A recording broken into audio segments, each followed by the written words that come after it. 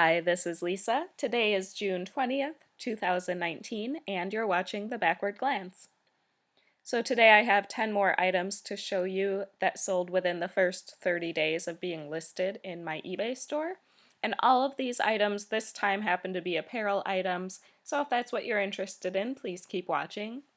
As always, I have a bonus for you, and today that bonus is I'm going to show you I finally sold one of the two oldest items in my eBay store. So we'll take a look at that as a little what not to buy at the very end. But to get into the better stuff, this first item is a St. John jacket. This is a very expensive brand. This was a silk blend and it was nice and lightweight, so still perfect for the spring and summertime. If you're not familiar with St. John, they have some of their tags are black with white lettering. This one happens to be yellow with black lettering, but they're all pretty basic. They say St. John, and sometimes there'll be like the name of a collection written underneath there. I paid $15 for this jacket, and I did take a best offer on it of $50. This took 28 days to sell. St. John does not sell quickly for me. That's something to be aware of if you're picking up this brand. I can usually get a pretty good profit margin on it, so I do like to pick it up when I find it, which is not very often. But don't expect it to fly off your eBay shelves, that's for sure.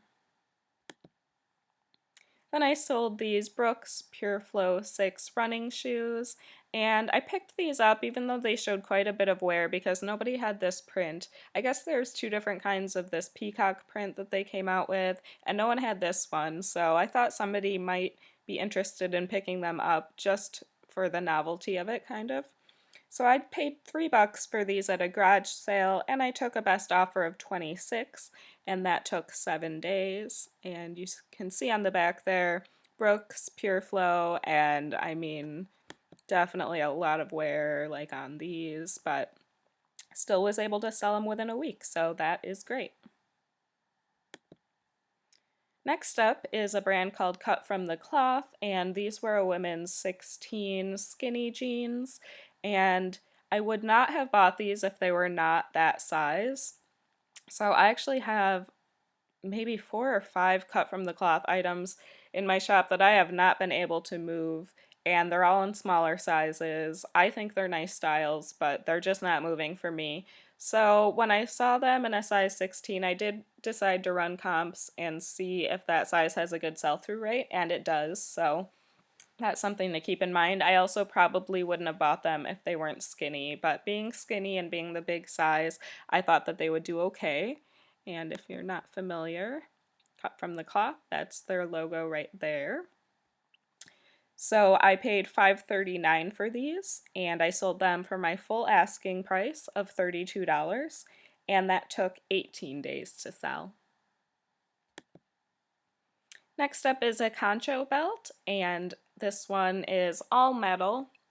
I had one similar to this in either my last video or the one before that, and I mentioned that this is like one of those items where I don't need to look out for a specific brand. I always look through the belts, and if I see these conchos, either when it's an all-metal belt like this one, or when they're on a leather belt, I will usually pick them up if they're a good price. So this one was just a 33 to 36 inch concho belt, and I paid $2.89 for it. I took a best offer on this one of $20, and that took just 2 days. I think that was actually offers to watchers that I made, not a best offer technically. Next up is this Stafford sport coat, and Stafford is definitely not a brand that I'm usually picking up. However, I found this one new with tags, and it was this kind of seersucker, so I thought that that might be nice for summer. Seersucker is popular in the summer, so I figured there was a chance. So in case you're interested, there's that Stafford logo, but like I said, not a brand I would normally recommend picking up. I paid $6.50 for this jacket, and I did take a best offer of $32, and that took 18 days to sell. Next is one of my favorite brands and my favorite items in that brand, and that is these Beta brand dress yoga pants. So I also had a pair of these in either my last or the one before. This was the first pair that I found that had a print on them, so they're this check pattern, and there is the Beta brand logo printed on the back of the waistband, and these were an extra large, so they were in excellent condition. These pants are really durable, so I tend to find them in good condition. I think that you can wear them quite a bit before they really start showing wear is what I'm guessing. I paid $4.50 for this pair, and I took a best offer of 36, and that took 4 days.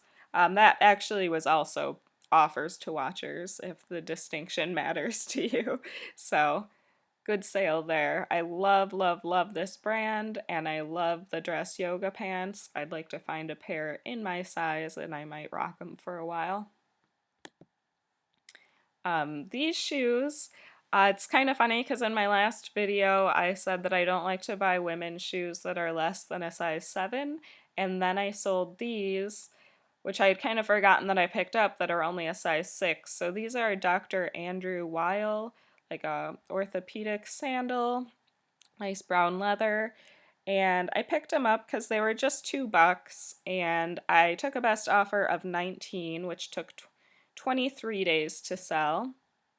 And you can see maybe there, you can kind of see the logo. It says Dr. Andrew really small, and then the Weil or wheel. Of course, it won't blow it up for me right now. At any rate, this brand apparently has a kind of a decent sell-through rate, so that got me interested, though, whether I was wrong about size 6 or, not buying things lower than a size 7. So I did look up some sell-through rates on women's shoes, and I was surprised size 6 does not have as bad of a sell-through rate as I thought it did. It's not as good as like 7, 8, 9. But it's definitely still probably worth picking up, so I might kind of change that rule that I've made with myself and see how it goes. I think I had a few pairs of size 6 shoes that maybe were just bad pickups and they took a long time to sell, and I kind of made the assumption that size 6 was a bad size to sell, and that might not have been totally accurate.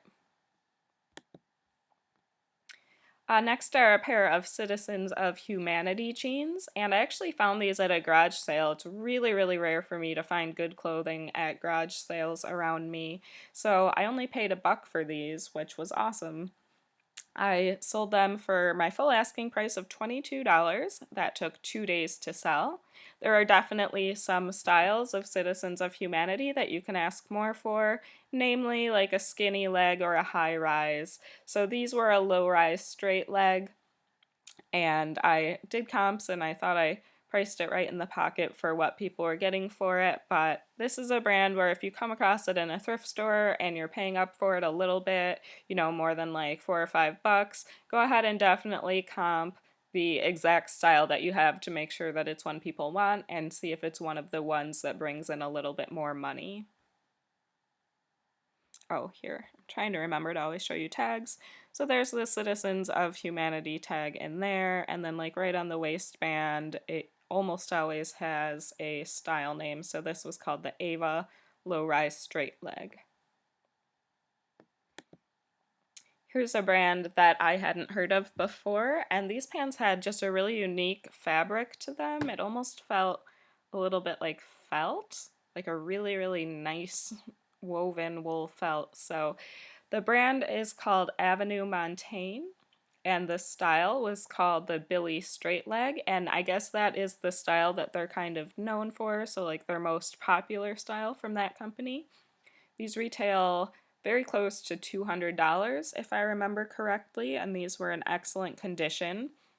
No experience with this brand, so I kind of didn't really expect them to sell quick. I paid $4.25 and I took a best offer of $40, and that took just 8 days to sell, so I was really happy with that. And here's the tag on there for you. Pretty basic. And the 10th item is this pair of Lululemon shorts. This style was called Run Times, and they were a size 4.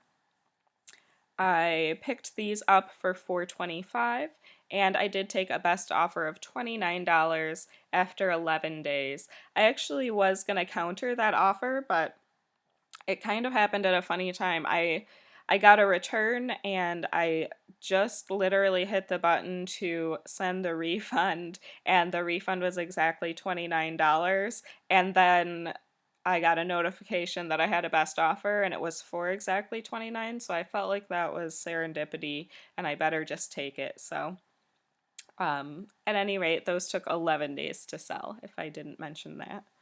So now let's get into the embarrassing bonus item. This is an item that I picked up at a garage sale when I was first starting, and I had watched a lot of videos where people were talking about selling Victoria's Secret pink, and this has all sorts of things going wrong for it. First of all, it's not cute.